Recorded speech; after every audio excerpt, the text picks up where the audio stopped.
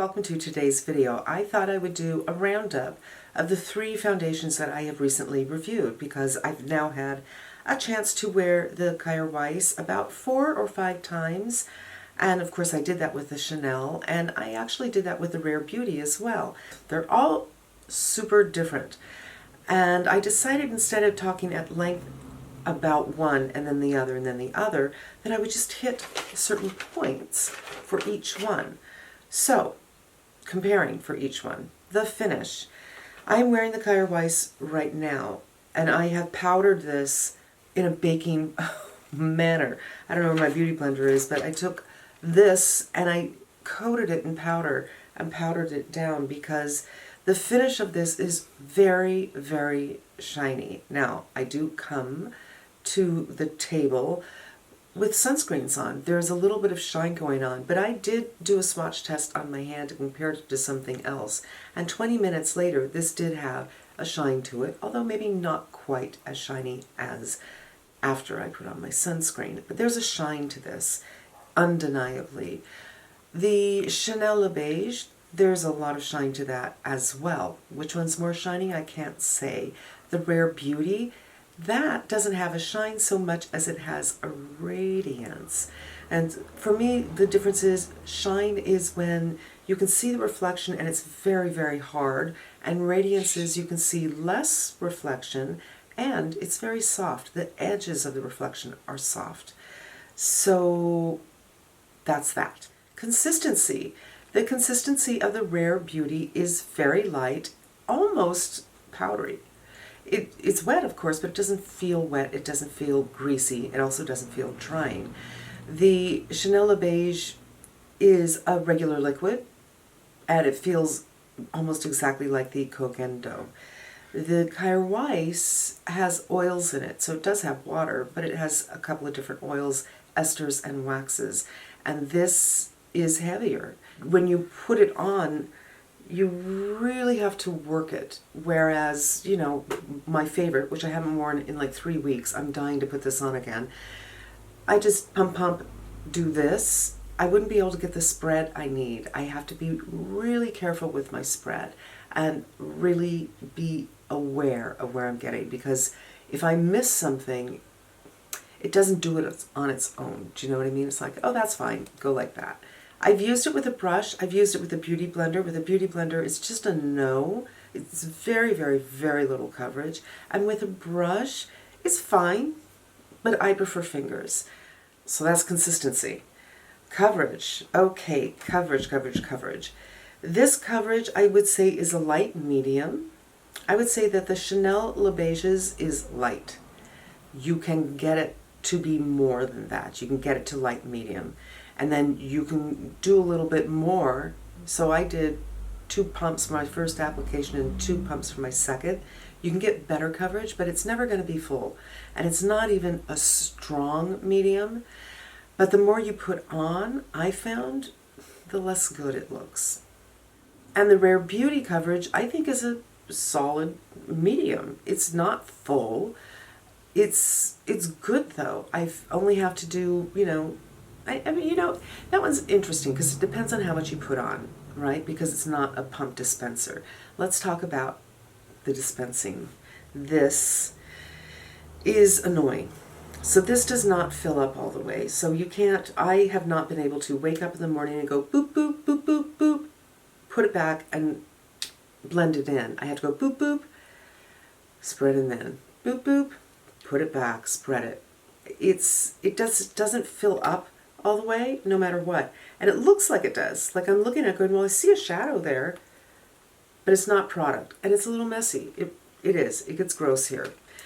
The Chanel is a pump, great. And then we have the doe foot applicator for the Rare Beauty. A lot of people are like, oh, it's not sanitary. And yet, the very same people have no problem using this under their eyes every day. And if you want to worry about bacteria, you probably want to worry about it in your eyes more than anything. I don't see anybody taking this, putting it on their hand and lifting it up. So the doe foot does not bother me. I like the applicator. It's fine. Color. Let's talk about color. I really like this color. This is 136 Ethereal. I really like the Les Beiges color, I used B20. It was a little too light for me, and I think this is a little too light for me. But I like the fact that these are very neutral. So I'm not peach, I'm not pink, I'm not yellow, I'm not orange. I look like I look. I mean, I didn't pull anything down to my neck, and everything's relating to each other. My hands are kind of relating. I'm super excited about the color for the Les Beiges and for the Kjaer Weiss. The Rare Beauty colors are awful. They need to step up their game. I saw her do a video, Selena Gomez do a video with Nikki Tutorials, and both of them, they put it on. I'm like, wow, those colors are horrible. Like, nobody's talking about the horse in the room. The horse in the room, the elephant in the room. The colors are bad. The colors are bad. And that's why I returned the Rare Beauty, because I love everything else about it. But I couldn't get over the color. Now, here's the thing. I considered keeping it because I liked it so much, and I figured, you know what, in the winter, I wear sweaters anyway. My hands don't match my skin anyway, so maybe I would just do it in the winter. And I thought, you know what, I just can't do that.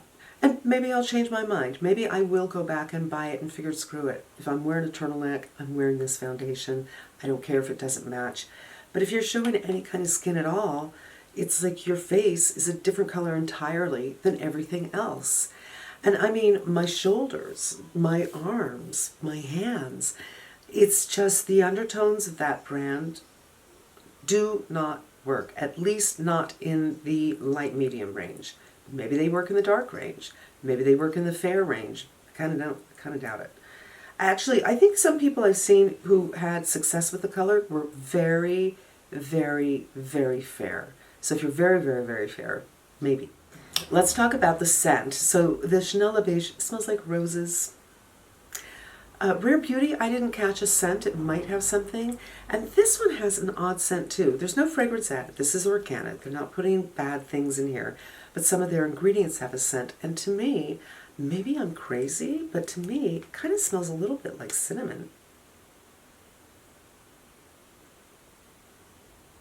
I kind of want to eat it. And the scent isn't very strong, and it does dissipate fairly quickly. Let's talk about how it lasts, or really how it adheres to the skin. So I'm a person, I really don't have a problem with foundation staying on me all day. They don't disappear. My skin doesn't eat foundation. But I do notice a couple of things that should be noted. The Chanel Les Beiges, my nose was running a little bit. I was doing a video, so I didn't want to do a rub, but I kind of went like that, and it lifted off the foundation, and that's supposed to be long wear. I thought that was really interesting. I also noticed with the Kjaer Weiss, the other day I shot a video, and it was getting hot, and this is where I start to sweat first. And usually, if I start to do a little sweating here, all I have to do is kind of pat it, and everything just evens out. It's as if you put on new foundation. With this one, it became a bit of a swirly mess. I think because of the oils in this. When you sweat, you're getting oil and water, and they don't mix too well, so it's a little bit messy. And I mentioned this before. I found that this was heavy, and I wasn't sure I would like it in the summertime. It's been really hot the last couple of days, and today's supposed to be even more hot. I'm not in love with this when it's hot. It does make me feel warmer. It doesn't work well when you have little bits of sweat. And I'm not saying exercise sweat. I mean just like it's hot and you're getting a little wet around here and right here and your upper lip. And it's messy when that happens. Another thing I want to talk about is the shelf life. So I don't have the other two foundations with me, but this is the one I want to talk about because it's organic, and it didn't occur to me, oh yeah, there's no preservatives in here. This says it has a 12-month shelf life. I would venture to guess this is something you absolutely want to finish by 12 months, if not before. For instance, you know, I've had this for 10 months or so. I'm halfway done. I'm not going to throw it out when it gets to 12 months. In fact, let's see how long it says. So this says 12 months too, This, there's no doubt in my mind, this will last longer than this, I'm sure. There are things that are, more preservative in their nature in this one. So that's something to consider. If you are like me and you're thinking, I'm not going to like this in the summer, that means I have fall and winter to use it up. Maybe the beginning of spring, I'm not sure I would. I have to say, when you have an organic line, wouldn't it make more sense, instead of doing the standard 1 fluid ounce size, to do something smaller so that people are sure that it remains fresh? I kind of like that idea. Now, while we're talking about it, let's compare this to the Ilia and to the Kosas. It's been a while since I've tried both of them. I don't remember loving either of them. This is thicker than both. This has better coverage than both, and this has better color than both. But it is actually, on the shiny level, about the same. But the Kosas, I remember feeling that it wasn't a whole lot of coverage, and it was very, very light, and they don't have a lot of colors to choose from. A lot more colors to choose from here, and better coverage. And then the Ilia, I remember, was very odd, where you have it on, it's settled in, but if you move something, maybe you brush some of it off and you're like, oh, let me re-blend that, it turns white again, which I'm convinced is the mineral sunscreens in there. So it was weird. And I just didn't love it. I wasn't comfortable in it. This one feels more like a foundation than that one. So of the three, I like this one because it looks more like a foundation, it covers more like a foundation, the colors are better. It still is an odd texture, as are all three, but the textures are different for all three. In fact, I was thinking the other day, I've worn this for several days straight, and I was thinking, what this kind of feels like? Sebum. It's been a long time since I've been oily. I've never been very, very oily, but I've had an oily T-zone when I was a teenager, and I know that feeling. And once in a while I get that feeling if it's hot. It's like, And yesterday I was thinking, oh, this kind of feels like sebum. So I'm going to go out on a limb and say if you have oily skin, you will not like this. And if you have bad memories of having oily skin as a teenager, you might not like it, just for the association. And I think that's it. Oh, one more thing. I'm getting a pimple right here. I'm 58 years old. And I don't do that very often. It's very, very rare that I get a pimple. And generally speaking, when I do get a pimple, it's because I've used something several days in a row. It's not, well, last night I used La Mer. One night of La Mer is not going to do this. And it's not the night before that I used something really occlusive. One night of that isn't going to do it. But 5 days of this might do it.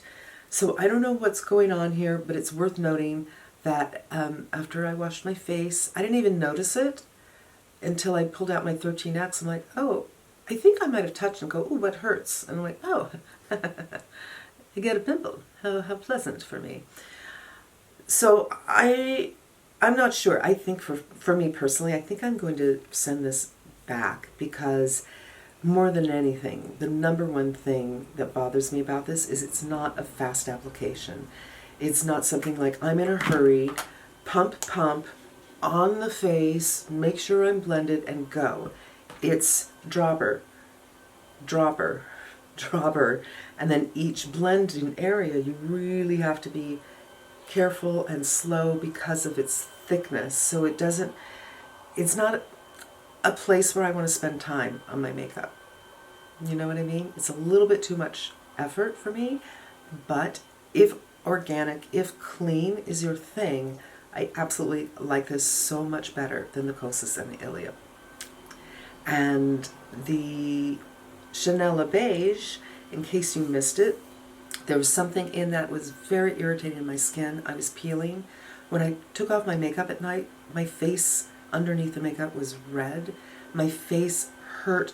There was one day in particular where this tightness in my cheeks was insane. There was just something in it that didn't agree with me. I loved the finish. I really wanted to make it work, but that went back. And I think it's because there's something that makes it long wear that doesn't work for me. I don't know what the problem was. And the Rare Beauty I took back simply because I didn't like the color. And that's it. Thank you so much for spending a little bit of time with me. I hope I was better able to give you an overview of all three foundations and my overall thoughts, and especially with the Kjaer Weiss, because I didn't do a wear test. I just put it on, came back a couple of hours later, but now I've worn it for several days, and as I said, today I just dunked this in powder. Dunked it. And I just like, no, I can't do this shine. I can't. So this is really giving you, actually more than anything, a better sense of the color. Because once there's a lot of shine, you don't see the color well because your eye is reflecting off of that shine. But when there's not so much shine, you can see the color. Actually, I would say that this color is probably very similar to the Chanel B20. And that's going to wrap it up for me today, you guys. Thanks so much for spending a couple of minutes with me. I really hope it was helpful to you, and I hope you come back again. Until we meet again, be safe and smart, and I'm wishing you good health.